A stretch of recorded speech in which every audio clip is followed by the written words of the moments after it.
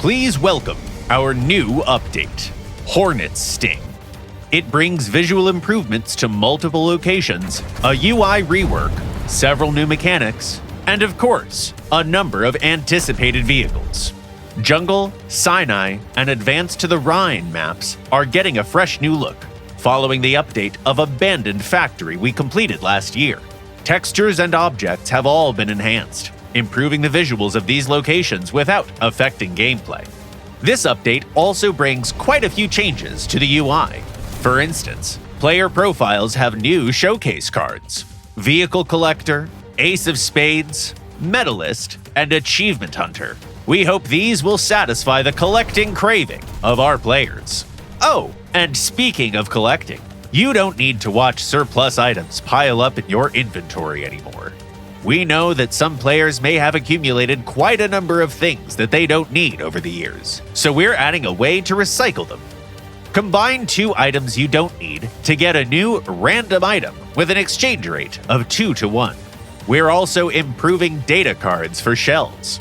The main goal of these changes is to improve their readability, separate different numbers by their type, and highlight the most important parts for quick analysis. The combat UI receives an update to the minimap buttons. They're now more comfortable to use.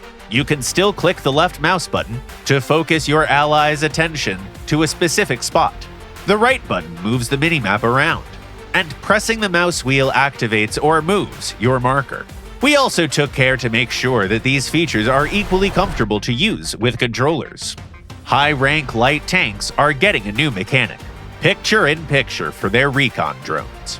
If you launch a UAV and switch back to your tank, you can now alternate between the minimap and the video feed of your drone. This allows you to have a bird's-eye view of the battlefield even when you're engaging a target.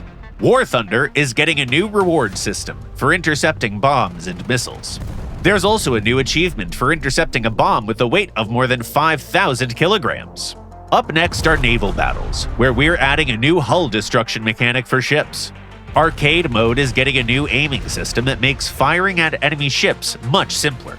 You won't need to calculate lead anymore. Shells will now fly exactly to where you point your crosshair. And now it's time to introduce the anticipated new vehicles. The deck catapults are ready to launch multiple modifications of the American 4th generation multi-role combat aircraft, the FA-18. With their great performance, modern electronics, and impressive selection of guided and conventional bombs and missiles, these aircraft are among the most versatile planes in the game.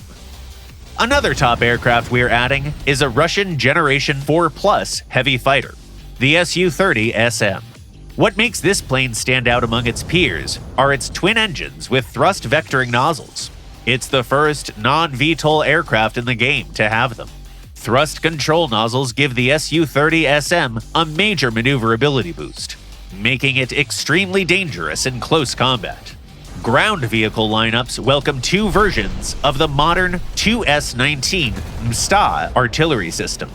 The M1 can be found in the tech tree, while the M2 is a squadron vehicle.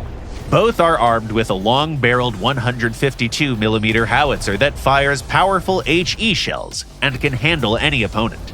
German and French ground vehicle tech trees receive new, premium light tanks, the Marder Clovis. They're both armed with a 105mm cannon with an autoloader, as well as a secondary 20mm autocannon. The skies are now guarded by a new British SAM, the Tracked Rapier. It's armed with 8 missiles ready for launch, making it an effective tool against multiple hostile aircraft. The American tech tree receives a new SPAAG, the XM246. It brings the familiar 35mm Ehrlichen autocannons, which means it's equally good at fighting aircraft at close range, as well as ground vehicles. And of course, there are new ships ready for our captains. Here's the French Aconie corvette, and a couple of new battleships, the British Warspite and the American Colorado. And finally, we've been working hard on existing vehicles as well. The Apache, Tiger, Mi-8, Mi-24, Mi-35, Ka-50, and the Ka-52 helicopters, as well as all Abrams and Leopard 2 tanks, receive new internal modules, and reworked damage models. That's far from all the new things we're adding. As always, the full changelog is available on our official website. Subscribe to our channel and share your thoughts in the comments. See you soon!